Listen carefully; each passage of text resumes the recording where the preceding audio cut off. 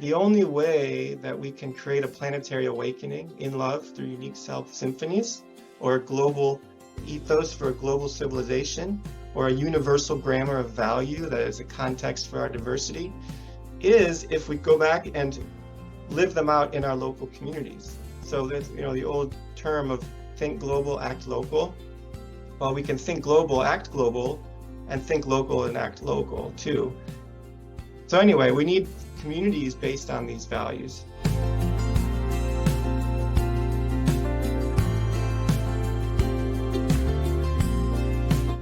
So grateful to be here. This is it's been exciting in preparation for this day, and I welcome everyone. And I just want to welcome, if anyone is new, put your name in the chat box and let us know where you're from, and just we'll shine some light on you and welcome you. So please, if you're new, just let us know. And also, before I set the intention, I just want to ask everyone, what brought you here, right? What brought us all here? What is each of us trying to get or give or do or be by being here in One Mountain today? The immediate intention of today's broadcast that I'd like to offer is, how do we articulate this new story in our local communities, right? Because we come here every week, and those of you that are new, please let us know and welcome you, and great to have you here. And some of you have been here with us for weeks, months, years, even a decade, right? So we come here every week, and we have an intention, right, to learn the new story, to recognize and to live the new story in our lives, and to love each other, right? The community is based on this outrageous love, this evolutionary love. And then we go out to our local communities, right? Our in-person communities, our other virtual communities. And how do we show up in those communities? How do we bring this new story with us? How do we live it, and how do we share it? And just, personally, I'll let you know that I just moved into a new community about a month and a half ago. And my intentional community experience has just been so beautiful. And so I live with 4 other people in the San Francisco Bay Area here in the US. And it's an intentional community, right? And so, and actually today, this afternoon, we're going to be sitting down and asking ourselves, what's our vision, what's our values, what's our purpose here, right? And what are our agreements? And so today I want to talk about that, right? Is what are some values, right? We talk here in One Mountain, Many Paths about first values and first principles. Well, how do they show up in communities? So that's my intention for this particular episode, for this particular broadcast. And of course, in general, One Mountain, Many Paths is committed, as Krista beautifully shared, to a planetary awakening in love through unique self symphonies. We also talk about creating a global ethos for a global civilization, or constructing or reconstructing and constructing anew a global shared grammar of value, right? Which is a context for our diversity. So all these major, big intentions, purposes, and let's talk about that. How does that show up? So let's back up for just a minute. And what I'd like to do is just ask myself, what is my intention coming here? And we can all ask ourselves, what brought us here, right? And I trace back, when I first met Marc. But if I keep asking myself what the intention came from, I go back further, right? And it's kind of funny, if you do this exercise and ask yourself what the intention is, I don't know when to start. What is it, in high school when I learned how to meditate? Is it, growing up in my family? Is it my parents getting together and meeting? Is it, the founding of my country? Is it Da Vinci in Florence when he transformed with all of his peeps the Renaissance and brought in a new era in humanity?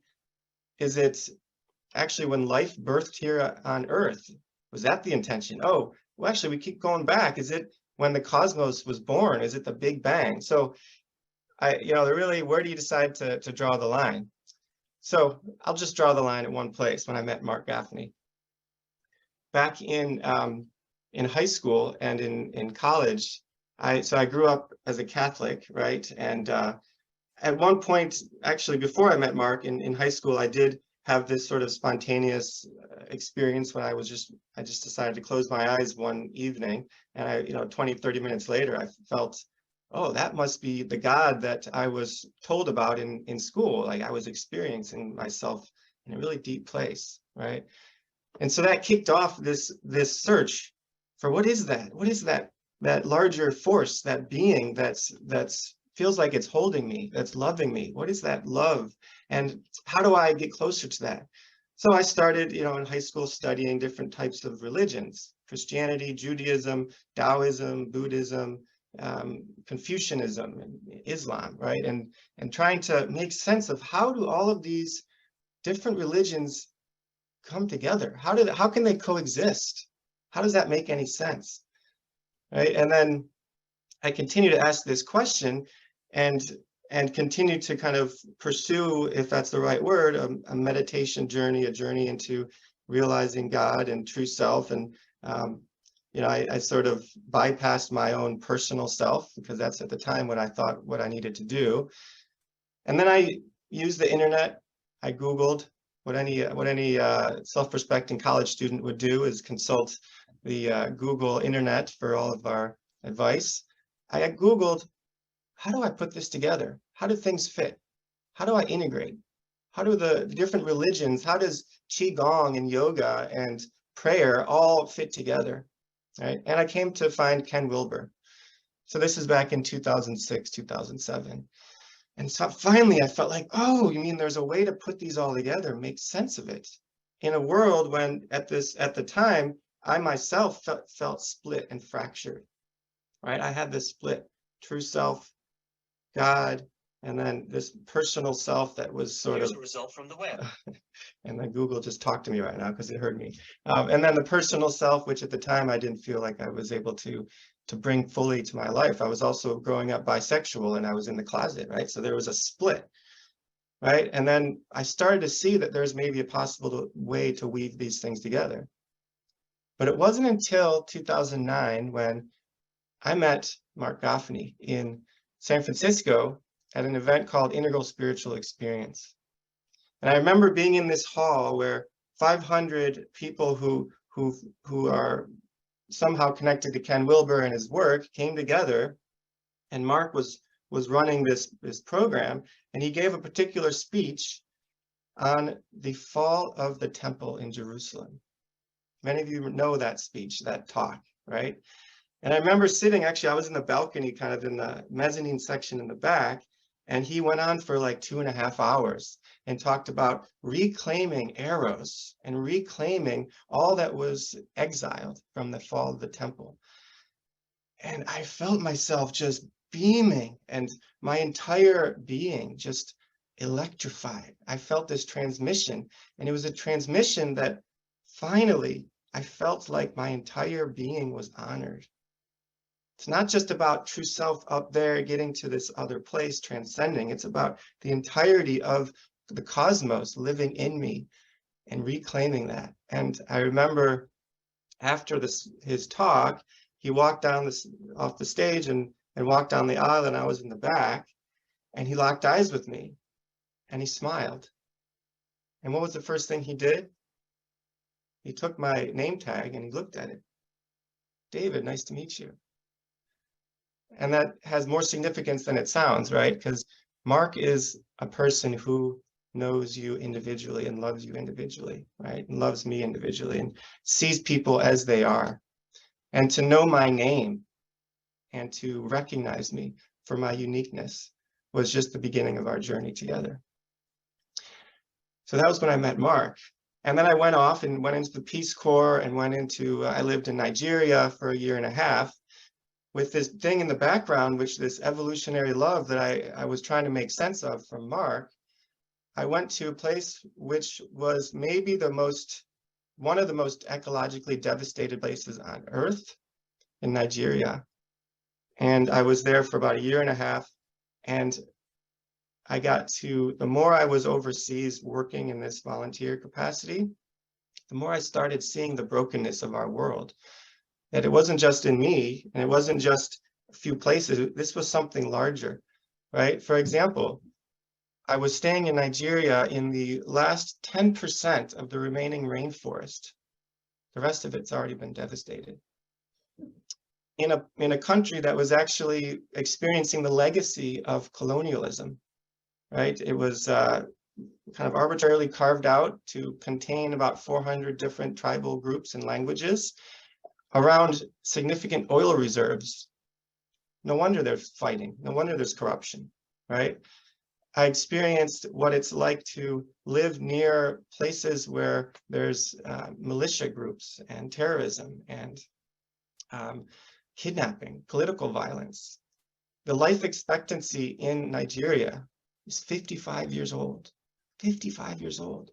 It's the largest country in Africa and by far the most wealthy in terms of its wealth, resources. So I was living in this place of outrageous pain, even though at the same time I made some amazing relationships and there's so many beautiful people there. And where I could find the beauty of the rainforest, I was blown away. And the cultural heritage and the traditions, so beautiful. And yet there was this outrageous pain. And so I felt like something wasn't right. Something was insane about this world. And I'll tell you one example. So one day, one of the participants of this project that I was working on there in Nigeria rushed into the office and said, "David, I need your help." One of my neighbors, he had a tooth infection, and it got infected, and his head is blown up like as big as a balloon or like a volleyball. And he really needs to go to the hospital. And I need you to help drive me to the hospital. And he showed me a picture of this person, and he literally couldn't eat for days or maybe weeks or maybe longer because he couldn't open his mouth. And I saw the picture of him. His head was about the size of a basketball, and he was skeleton. And he said, "I need you," right? And in that moment, I contracted and I pulled away. This was too much for me. I said, I can't use the truck. I'm not allowed. Or I came up with some excuse to buffer myself from that outrageous pain. And I said no. And a few days later, I got word that he died. And that was a hard moment, right? Something that in my country could have been cured on day 2, right? And he could have just gone about his day, right? Just a simple antibiotic, simple dental care. And in this country where you had a small elite that had most of the resources, and you had the vast majority of the population with barely anything to survive, and certainly no institutions that provided healthcare well enough, and he suffered the way he did. Now, I'm not bringing this example to say something about Nigeria being a bad country or anything like that. It's an example of the pain that exists in so many places in the world. And I just didn't know how to make sense of it, right? This fracturing, this insanity in the world, right? And Marc helped me understand what was going on. Marc helped me realize that it was actually, it's not about Nigeria. It's about the story of separation, that we're living in a world where we have a crisis of intimacy. He calls it the global intimacy disorder. We don't feel each other. We don't recognize each other. We actually living in a system of separation. The parts are not intimate with each other. And he helped me understand that this actually comes from the evolution of our stories. So the stories are what drive evolution in a certain way. And that there's these 3 great stages of evolution: traditionalism, where maybe the first several thousand years of humanity, we actually had an emphasis on revealed truth, right? On kind of the dogmas of the great traditions that help to structure society and provide answers for everything, and there was kings and religious leaders, and value was that it was they were living in a field of value. But then what happened was the great devastations in the West, anyway, in Europe, the Black Death, almost half the population devastated, killed by this disease. And the story of traditionalism, which had this particular way of seeing the world, actually broke down, right? There was a plague. It was a crisis. There was a crisis. The story fell apart. And so whenever there's a crisis, we talk about crisis as an evolutionary driver. And so the crisis led to a new story. And the story was the story of modernity, right? This is how separation, the story of the separate self actually came. When Da Vinci and his people and all the people that were the thinkers of the time started to realize that, no, we don't have to rely on some king or some noble or some religious leader to tell us about everything. We have intrinsic value as a separate self. I can think for myself. I can use my rationality. I can use the scientific method. I can, there's actually, everyone has a right to exist and to pursue their own truth and pursue the truth and pursue their own happiness. This is the story of modernity. About 500 years ago, it started, and it continued to grow, and the Industrial Revolution really catapulted it. And with the story of modernity, we had so many dignities, the dignities of modernity. The great things about modernity was that it spread democracy, it spread human rights, it spread, it actually was the largest increase in wealth ever in the history of humanity. More people were lifted out of poverty, right? So a lot of good came, like the empires fell, right? And nation states really started to build themselves. But there's also, with that story, as with any story, there's disasters, there's catastrophes, there's risks. And with that story, you have the great technology revolution that came out of that is leading to a potential dystopia, an existential threat to humanity. Obviously, climate change is the more obvious one, where we've extracted so many resources and we polluted so much of the air that the Earth itself is losing its life-sustaining capacity. You also have the technology that led to nuclear weapons, nuclear power, nuclear fuel, put us at risk of going to war with each other and having a nuclear holocaust. And that's a very real possibility. We all know that the doomsday clock, as it's called, is like something like what, 30 seconds to midnight? Anyone know the actual number?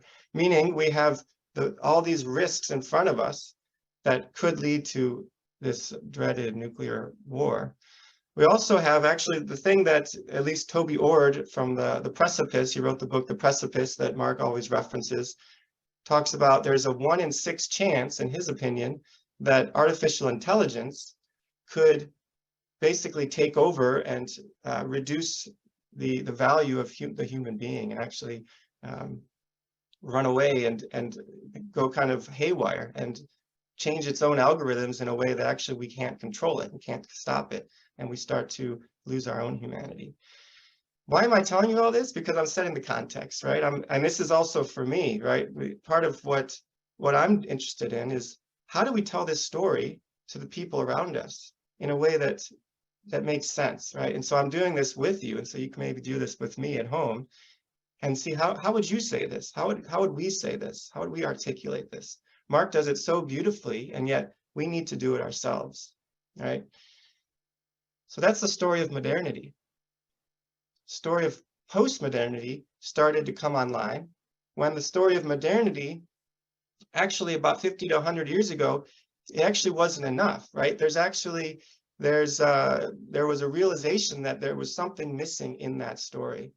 So this postmodern realization was that story is story, right? Everything is a story.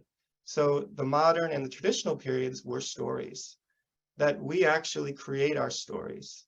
That was what postmodernity actually gave us, and that every single human being has their own story and has their own perspective, right? So from the modern period to the postmodern period, we started to have more of an inclusion of everyone's interiority, subjectivity. This is my perspective, right?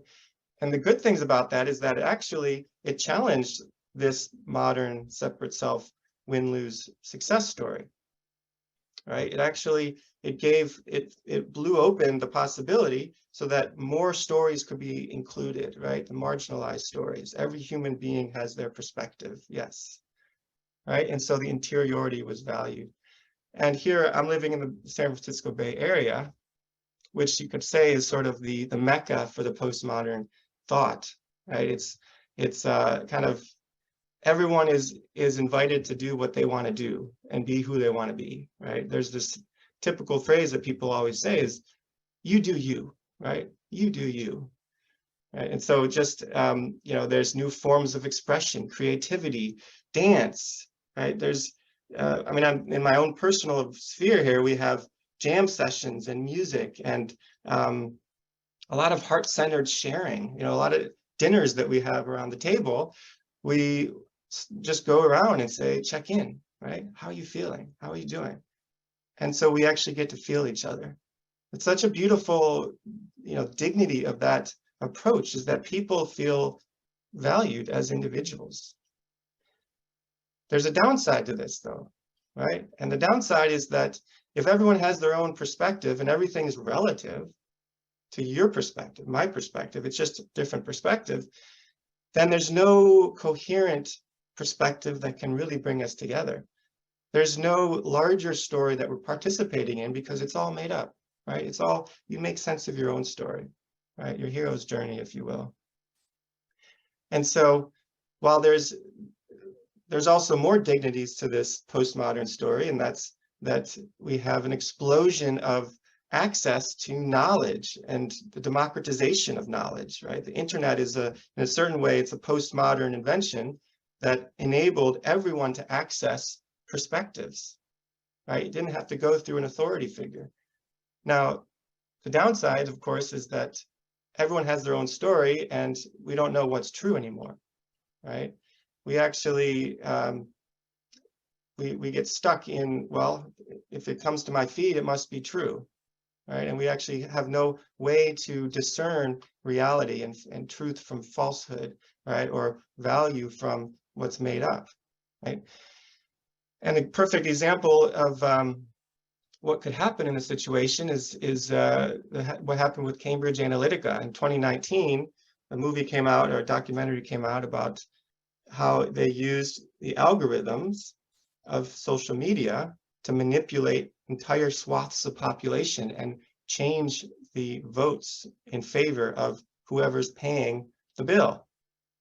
What happened to democracy? What happened to democracy when we actually, the one who has the highest bid actually can manipulate the largest number of people?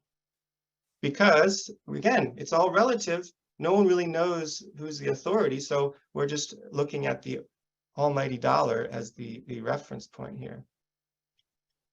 Now, at best, in this postmodern worldview, we can share an experience, right? It's beautiful in that sense. But at worst, we have polarization, right? How many bills did Joe Biden pass in the last couple of years? How successful is he really able to be? You have this polarization, right? And in America, at least, it's probably the most polarized we've ever had it. Propaganda, not only in Russia, in Putin's Russia, where they control everything that you see communication-wise, but also in the United States, right? With a certain former president. And, every president tries to some degree, but certain presidents sort of make up stories and deny any actual truth.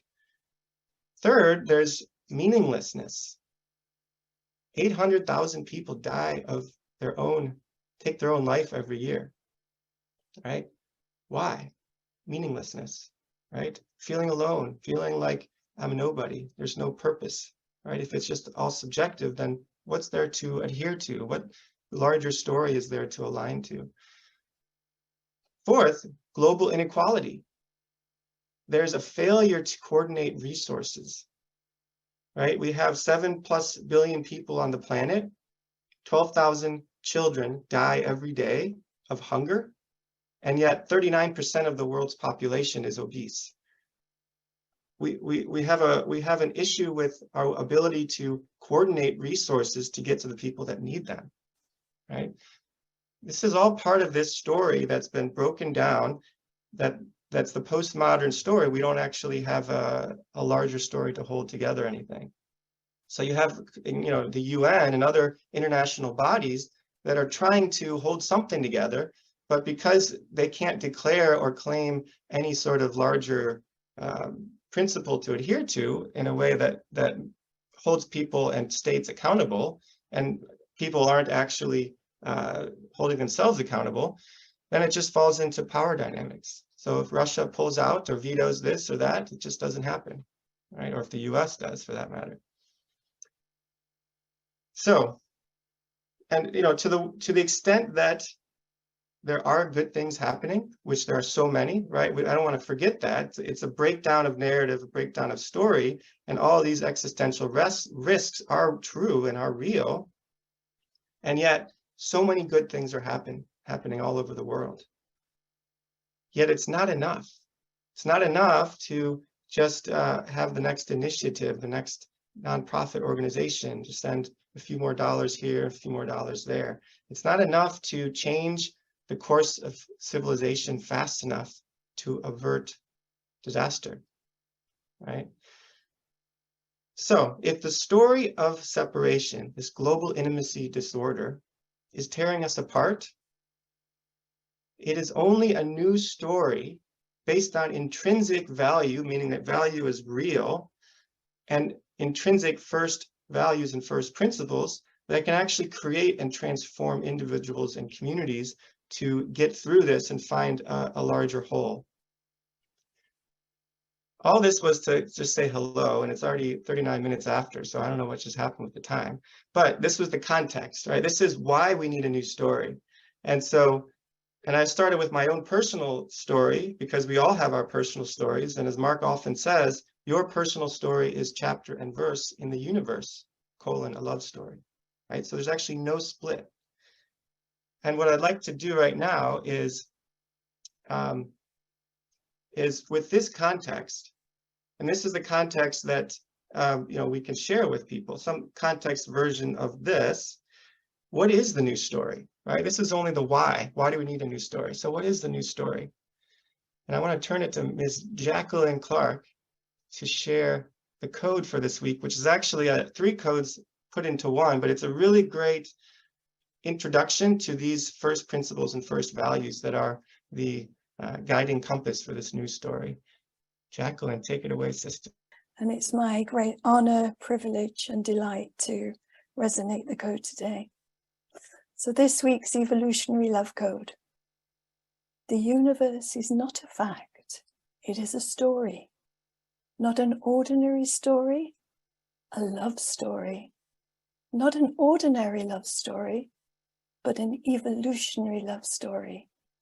And your love story is a chapter in the evolutionary love story.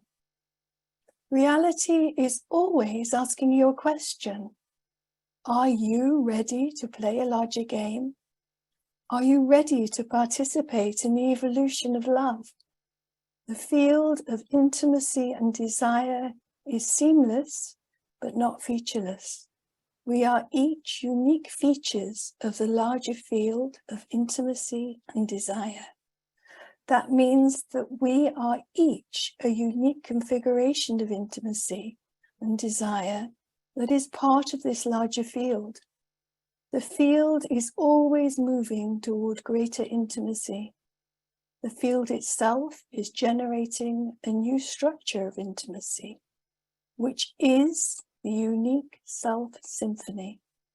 To join the field and play your instrument in the Unique Self Symphony, you must be willing to take your unique risk.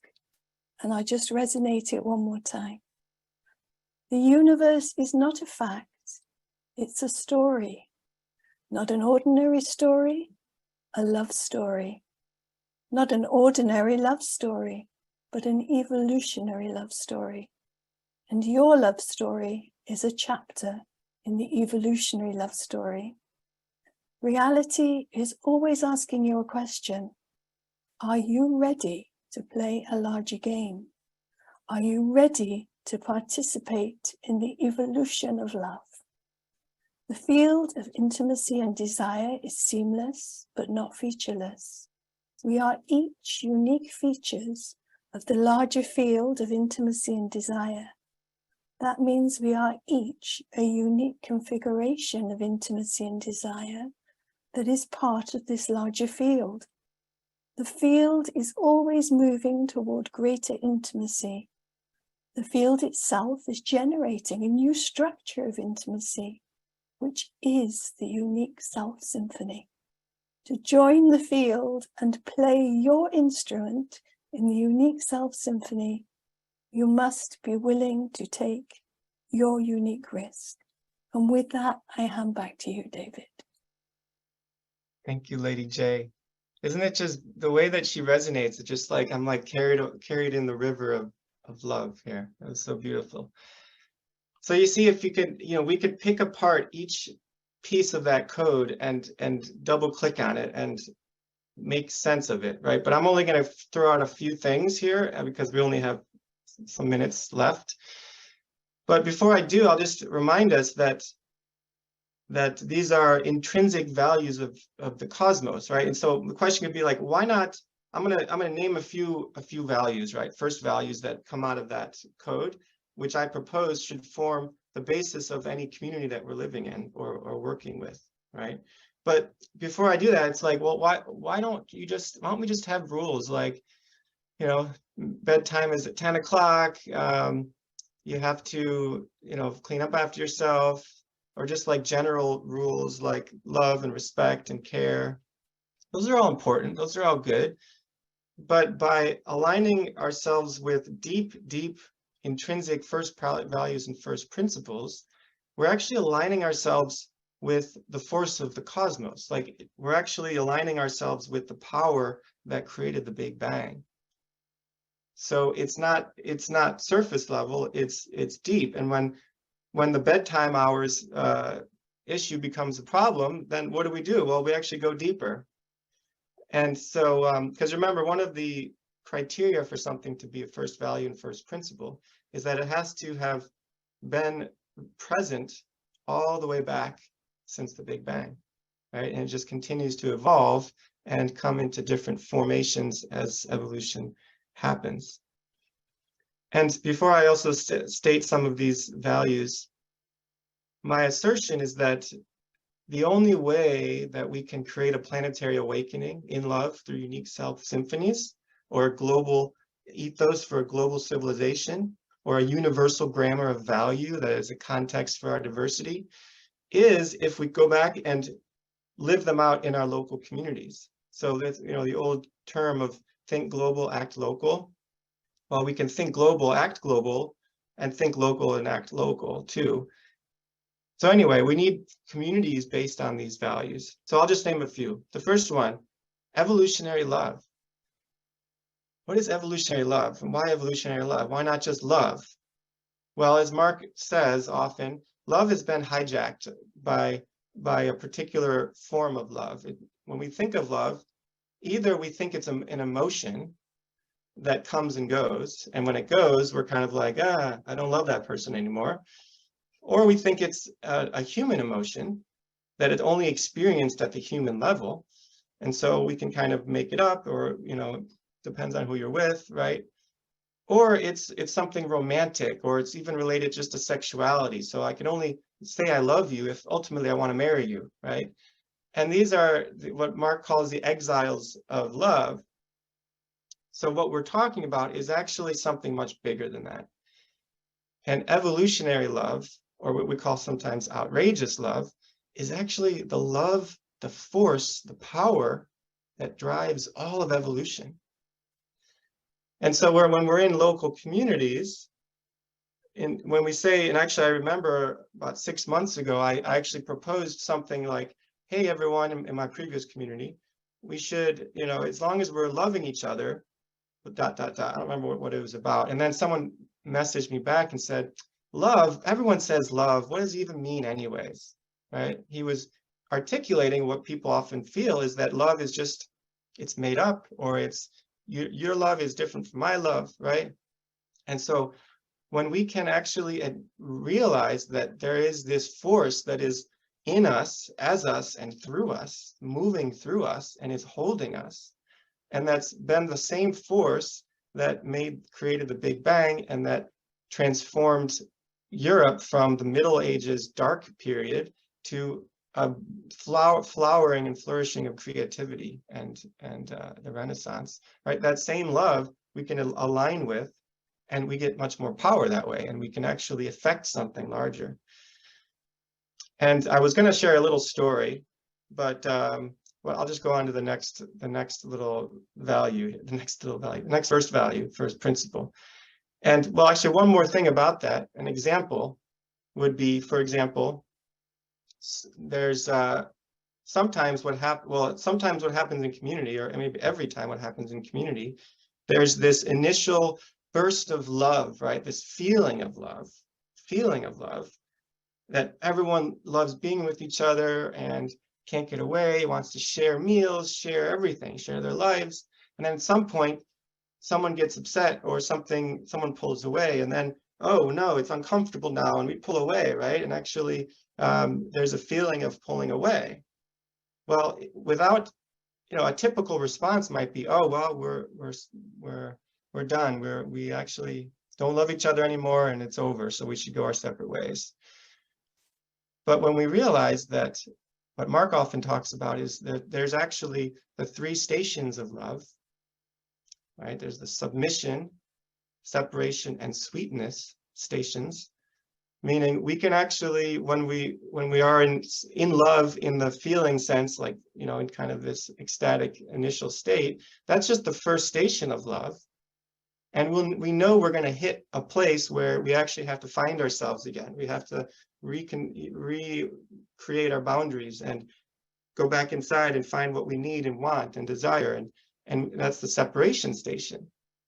But if we know that we're aligning with the larger force that always works in these 3 stations, then we know that if we stick with it and use our discernment, we can get to the next station, which is sweetness, where we're able to hold our individuality and our communion with the others, right? So in community, this is like maybe the fundamental issue that always comes up, is how much do I stay with you and sacrifice my own personal time and life and space, and how much do I pull away and find my own space, right? So that healthy integration is actually part of the nature of reality if we're aligned with it and attuned to it.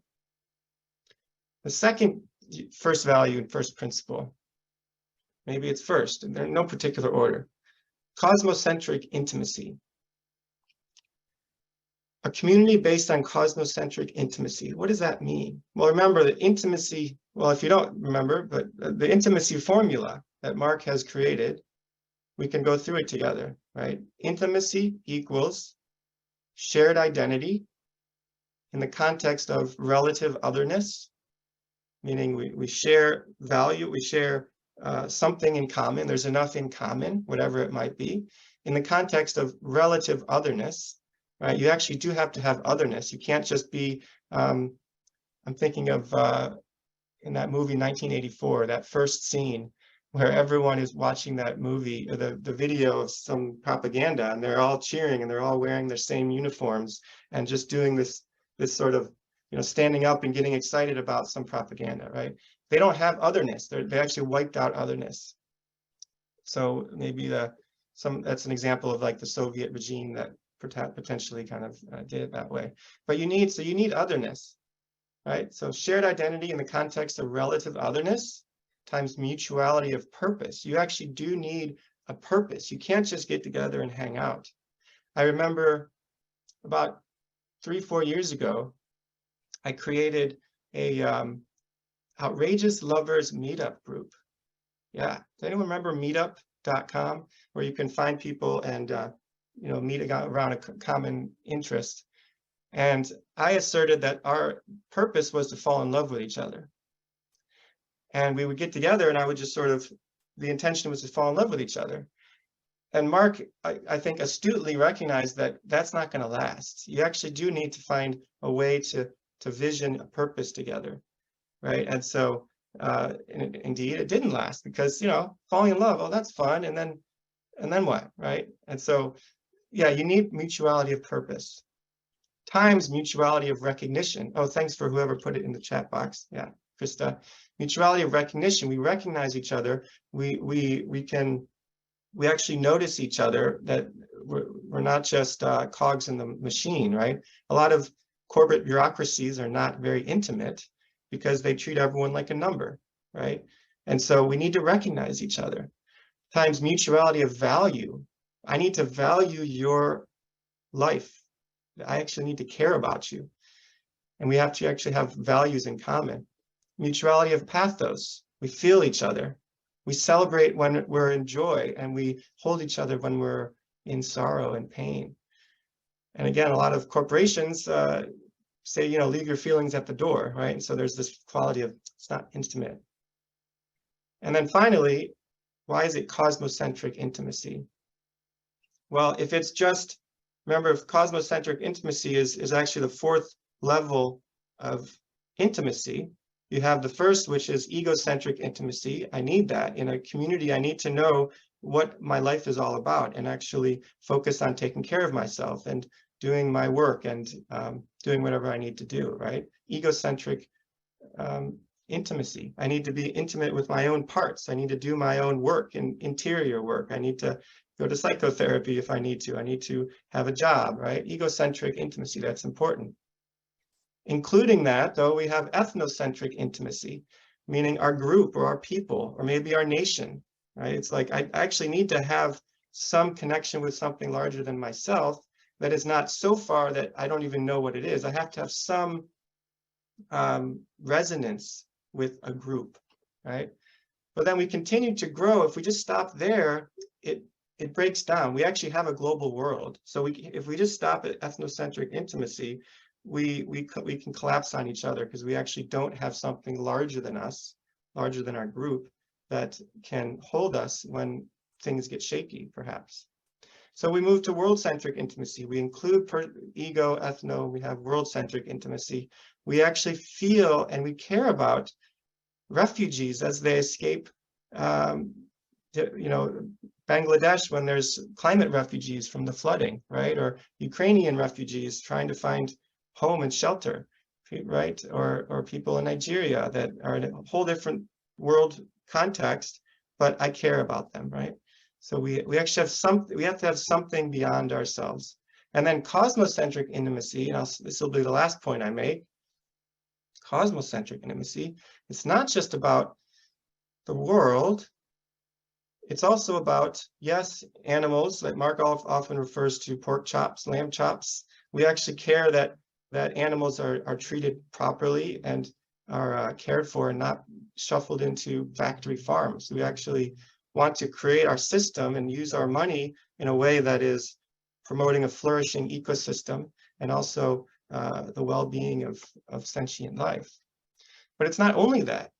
Cosmocentric intimacy is actually, I'm intimate with the entire spiral of evolution, past, present, and future, interiors and exteriors. So that when we make decisions, we're asking ourselves, what is our responsibility to the past generations that have done the work to get us to where we are?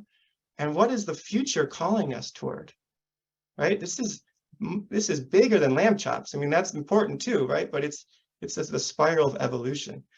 And so with that, I won't continue the rest of the first values, but those are just some examples that, and I don't know if I've succeeded in articulating them in a way that I could just sort of speak it out with my community members or with other people's community members.